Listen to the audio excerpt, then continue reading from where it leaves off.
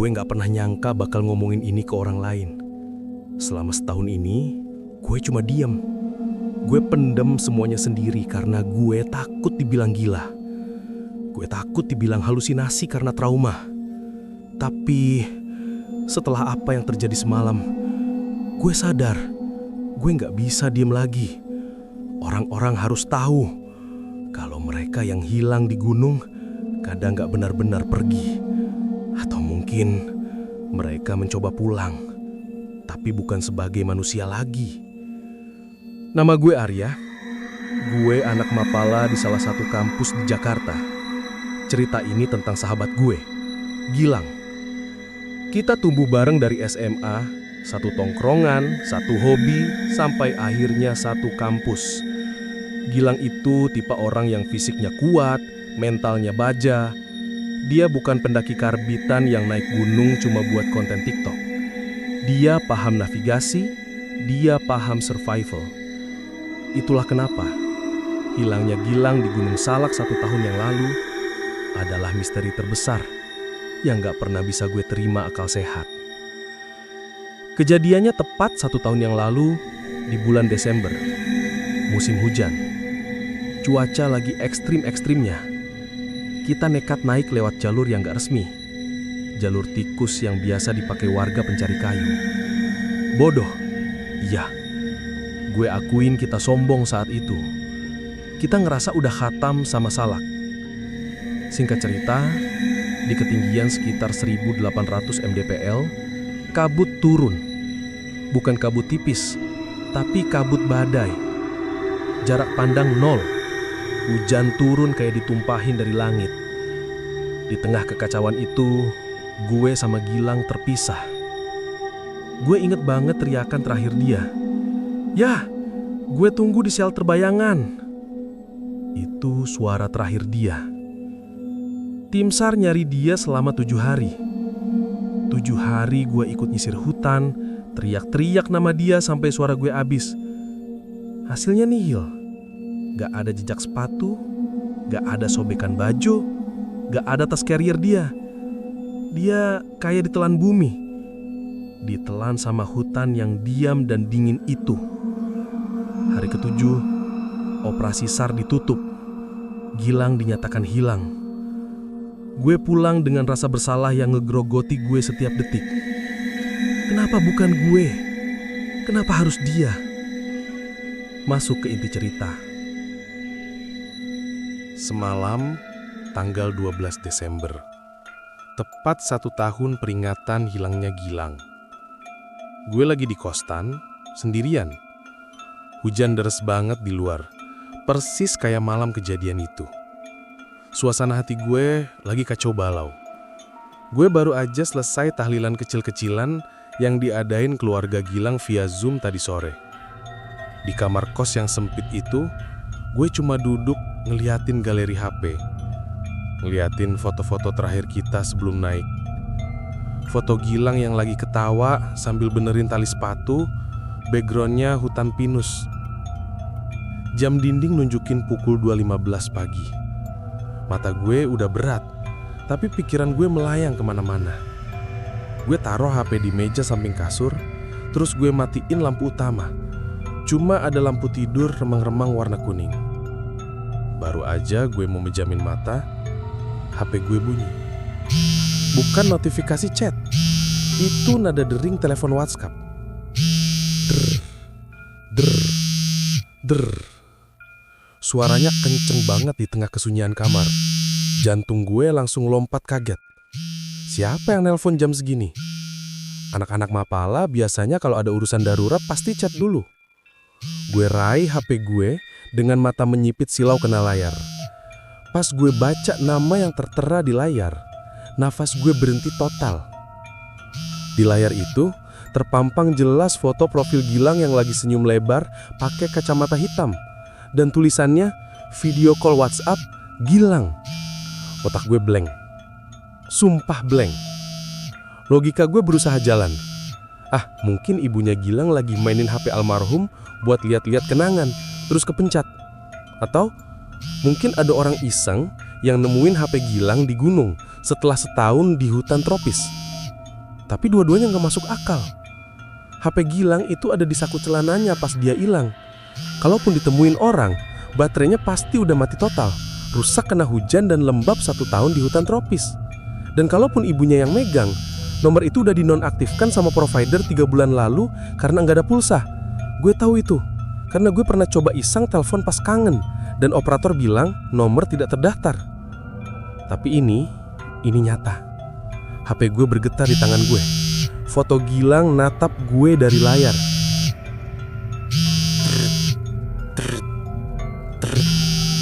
Tangan gue gemeteran hebat, antara takut, penasaran, dan harapan tolol kalau sahabat gue masih hidup. Gue geser tombol hijau ke atas, gue angkat. Halo, Lang? Suara gue tercekak, serak. Layar HP gue gelap gulita, gak ada gambar muka Gilang, cuma hitam pekat. Piksel-piksel kasar menari-nari di layar karena koneksi buruk. Tulisan di layar, connecting, lalu berubah jadi 00.05 detik. Halo? Siapa ini? Tante? Tante Ratna? Tanya gua lagi, mikir itu ibunya. Hening, tapi bukan hening mati. Dari speaker HP, gua denger suara. Suara angin kencang yang menderu-deru. Hush. Suara khas badai di puncak gunung. Gua kenal banget suara itu. Suara gesekan daun-daun basah yang ketiup angin ribut. Dan di sela-sela suara angin itu, gua dengar suara napas. Napas yang berat, basah, kayak orang yang paru-parunya penuh air atau lendir. Bulu kuduk di sekujur badan gua berdiri serentak. Dinginnya AC kamar kos gua tiba-tiba kerasa kayak es. Siapa ini anjing? Jangan main-main loh, bentak gua, berusaha nutupin ketakutan gua. Tiba-tiba, suara napas itu berhenti. Ada jeda sekitar 3 detik. Terus terdengar suara. Lirih banget, patah-patah. Suaranya kayak keluar dari radio rusak yang sinyalnya timbul tenggelam.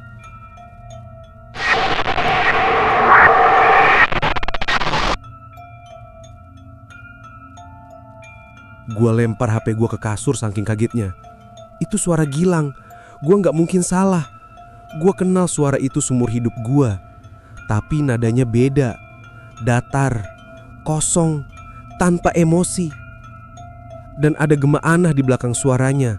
Kayak dia ngomong dari dalam gua atau sumur yang dalam banget. Gua ambil lagi HP itu dengan tangan gemeteran.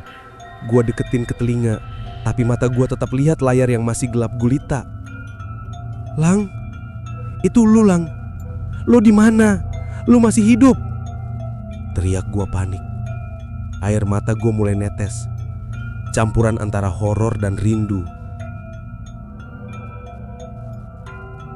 Suara di seberang sana ngejawab lagi. Dingin ya.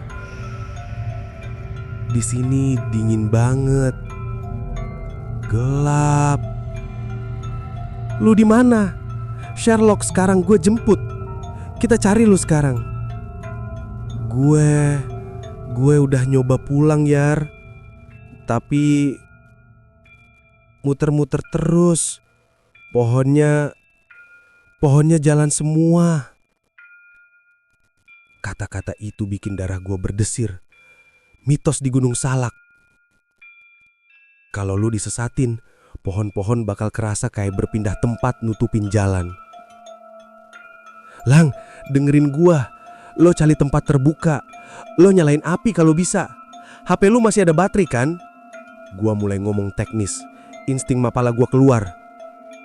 Tapi jawaban dia bikin gua sadar. Ini bukan percakapan survival. Mereka marah ya. Mereka marah karena kita lewat jalur itu. Mereka gak suka. Siapa? Siapa yang marah?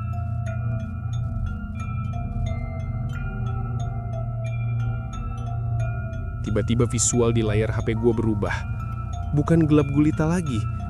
Ada sedikit cahaya, samar-samar.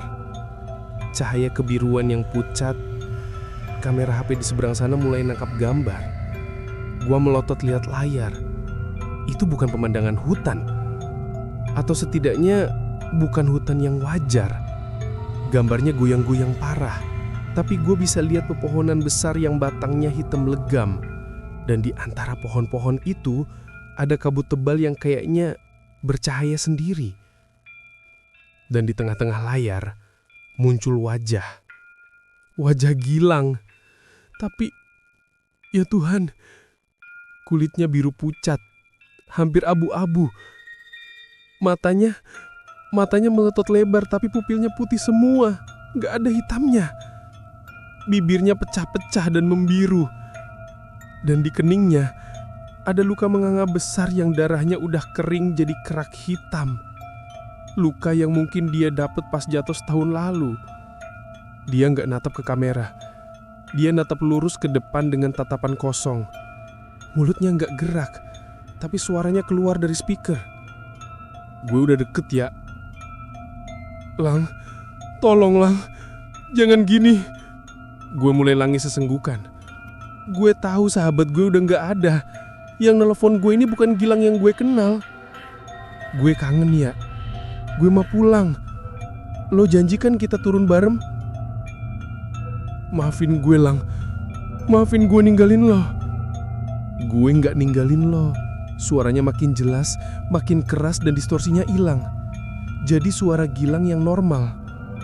Gue ngikutin lo terus kok dari tadi. Dari setahun yang lalu. Gue ada di punggung lo pas lo turun gunung sendirian. Gue ada di boncengan motor lo pas lo pulang. Gue refleks noleh ke belakang punggung gue. Kosong. Kamar gue kosong. Sekarang, suara di HP kembali berat dan menakutkan. Visual di layar HP berubah lagi.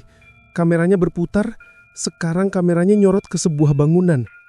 Bangunan dengan cat tembok warna krem yang kusam. Ada jendela nako bertralis besi, ada rak sepatu plastik warna merah di depannya. Gue kenal tempat itu. Gue kenal banget. Itu depan kamar kos gue. Itu pemandangan real time dari luar pintu kamar gue sekarang. Darah gue berhenti ngalir. Video call itu nunjukin kalau Gilang, atau apapun itu, sedang berdiri tepat di depan pintu kamar kos gue, merekam pintu gue dari luar. Arya... Bisik suara itu dari HP. Bukain pintunya. Dingin. Bersamaan dengan itu, tok, tok, tok. Pintu kamar kos gue diketuk. Pelan. Berirama. 3 kali.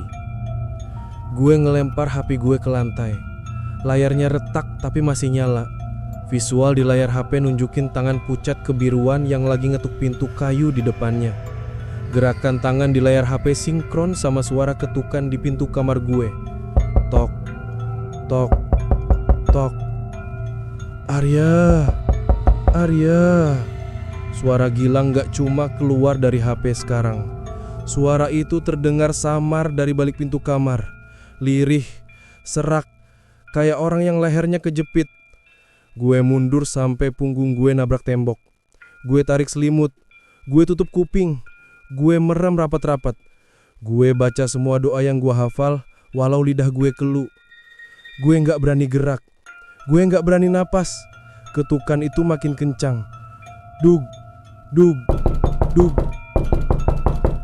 Buka ya. Gue kedinginan. Katanya sahabat. Buka. Teriakan itu berubah jadi jeritan yang bukan suara manusia. Kayak suara babi hutan yang disembelih campur suara angin topan. Pintu kamar gue bergetar hebat kayak mau didobrak. Gagang pintunya gerak-gerak sendiri naik turun dengan kasar. Klek, klek, klek, klek. Gue nangis tanpa suara di pojok kamar. Pergi Lang, tolong pergi. Demi Allah pergi. Teror itu berlangsung mungkin sekitar 10 menit. Tapi rasanya kayak 10 tahun. Gedoran di pintu makin lama makin pelan. Teriakan itu berubah jadi rintihan. Terus jadi tangisan pelan. Sampai akhirnya hening. Sunyi total.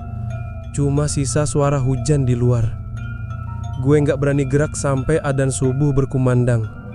Begitu dengar suara azan, keberanian gue baru muncul dikit. Gue merangkak ngambil HP gue di lantai. Layarnya mati. HP-nya panas banget. Kayak abis dipakai gaming berat berjam-jam. Gue coba nyalain. Baterainya habis total. Padahal sebelum tidur masih 80%. Gue cas HP itu. Begitu nyala langsung gue cek kolok WhatsApp. Kosong. Nggak ada riwayat panggilan masuk jam 2.15. Panggilan terakhir cuma dari nyokap gue jam 9 malam. Gue beraniin diri buka pintu kamar pelan-pelan pas matahari udah terbit. Di depan pintu, kosong. Nggak ada siapa-siapa. Tapi, lantai teras depan pintu gue basah. Ada genangan air berlumpur. Dan baunya, bau belerang kawah campur bau bunga kantil yang nyengat banget. Dan satu lagi, di gagang pintu gue, nyangkut seutas tali perusik warna orange yang udah kusam dan putus. Itu gelang perusik yang gue buat Gilang 2 tahun lalu. Gelang yang dia pakai pas dia hilang. Gue pindah kosan hari itu juga. Gue gak peduli uang sewa gue angus. Gue numpang di rumah abang gue sampai sekarang. Gue ganti nomor HP. Gue hapus WA. Gue bahkan cuti kuliah semester ini buat nenangin diri. Tapi jujur, sampai sekarang gue masih parno. Setiap kali hujan deras tengah malam, gue ngerasa ada yang nunggu di luar jendela. Nunggu gue lengah, nunggu gue bukain pintu buat nemenin dia di sana. Jadi pesan gue buat kalian yang suka naik gunung, tolong jangan pernah ninggalin teman kalian sendirian, apapun kondisinya. Karena kalau mereka tersesat dan berubah, hal pertama yang mereka cari buat diajak pulang adalah teman yang ninggalin mereka.